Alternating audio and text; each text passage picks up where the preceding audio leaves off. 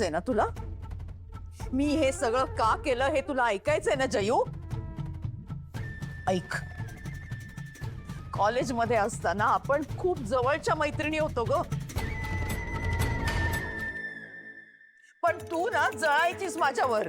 हो, तू जळायचीस. आपल्या जवळच्या मित्रमैत्रिणींना माझ्याबद्दल वाईट साईड सांगायचीस आणि ते माझ्याशी जसं वागायचे ना त्यामुळे मला जगणं अशक्य झालं होतं. पण तू एवढ्यावरच नाही थांबलीस जयश्री, एवढ्यावरच नाही थांबलीस तू. माझं ज्या मुलावरती प्रेम होतं ना त्याला आणि त्याच्या फॅमिलीला जाऊन माझ्याबद्दल वाईट साईड सांगितलंस. मला बदफैली ठरवलंस तू आणि माझं लग्न मोडलं. आणि तेव्हाच मी ठरवलं की मी या सगळ्याचा बदला घेणार. आणि म्हणून वागले मी असं. मी जे काही केलं ना ते म्हणून केलं. मला तुला त्रास द्यायचा होता, सूड उगवायचा होता. मोठी चूक केलीस ग, मोठी चूक केलीस बघ. तुझ्या आयुष्यातला तो मुलगा ज्याच्यावर तुझं प्रेम होतं, अगं मी त्याला साधं ओळखत सुद्धा नव्हते. मी काय त्याला जाऊन तुझ्याबद्दल खोटं बोलू नकोस तू. मी खोटं बोलत नाहीये. त्या फॅमिलीने तुझी चौकशी केली असेल, बाहेरून चर्चा झाली असेल, पण माझा त्याच्याशी काही संबंध नव्हता. वा, तू कोणालाही विचार. निष्कारण माझं नाव त्या गोष्टीशी गवलं गेलं. मला सुद्धा माहिती नव्हतं. हे आत्ता तुझ्या तोंडून कळतंय मला. आणि हा वैरभाव मनात ठेवून तू इतकी वर्ष माझ्याशी मैत्रीचं नाटक करत होतीस. माझ्या कुटुंबाला रस्त्यावर आणायची स्वप्न बघत होतीस. अगं तुझी मुलगी नांदत होती या घरामध्ये, तिचा तरी विचार करायचास. नाही, तुझ्या या चुकीला माफी नाही. तुला शिक्षा व्हायलाच पाहिजे. तू किती मोठा गुन्हा करणार होतीस हे तुला समजायलाच पाहिजे. एक मैत्रीण म्हणून मी तुला माफ केलंही असतं, पण एक आई म्हणून नाही. माझ्या मुलाच्या जीवावर उठली होतीस तू. चालती हो या घरातून, चालती हो. तुझं तोंड मला परत दाखवू नको. माझ्याशी मैत्री करायची लायकी नाहीये तुझी. जा जा. बापरे, सगळेच पाणी आता माझ्या डोक्यावरून चालले. नाही नाही नाही, मम्मा अडकली तर मी पण अडकेन. हळूहळू सगळं माझ्यावरच उलटेल. नाही, मला काहीतरी करायलाच हवं.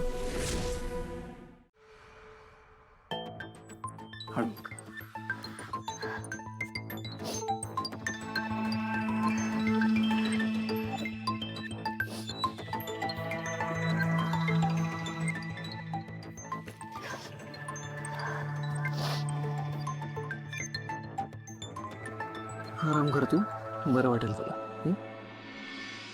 हा अखिल, तू प्लीज माझ्याजवळ बस ना. मला खूप एकटं वाटतंय रे. मला खूप गिल्टी पण वाटतंय अखिल. पप्पा अशी वागेल असं मला वाटलंच नव्हतं. मम्मा खूप चुकीचं वागली. तनु तनु तू तू शांत हो, तू शांत हो.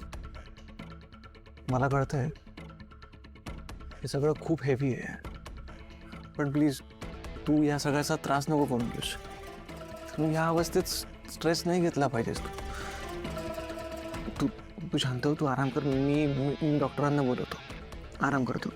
नाही नाही नाही, तू आधी बाबांकडे जा. बाबांना तुझी जास्त गरज आहे. नाही अगं, मग तुझ्याजवळ कोण असणार? मी थांबतो तुझ्याजवळ. नाही नाही, मी ठीक आहे रे, ठीक आहे. मी तू बाबांकडे जा आधी. नक्की? हो हो. काळजी घे.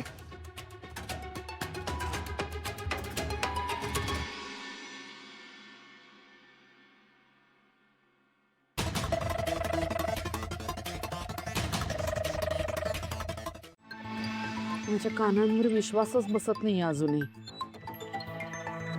विशाखा इतकी आतल्या गाठीची असेल असं नव्हतं वाटलं. तिचं काय घोडं मारलं होतं म्हणून असले खोटे आरोप केले तिने माझ्यावर. तिच्या लग्नाचं ठरत होतं तेव्हा त्या स्थळाने काय चौकशी केली ते त्यांचं त्यांना माहिती. मला याच्यातलं काहीच ठाऊक नव्हतं.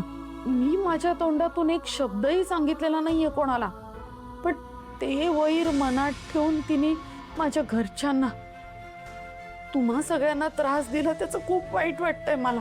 नाही प्लीज शांत होत. जितका जास्त विचार करशील ना तेवढा जास्त त्रास होईल.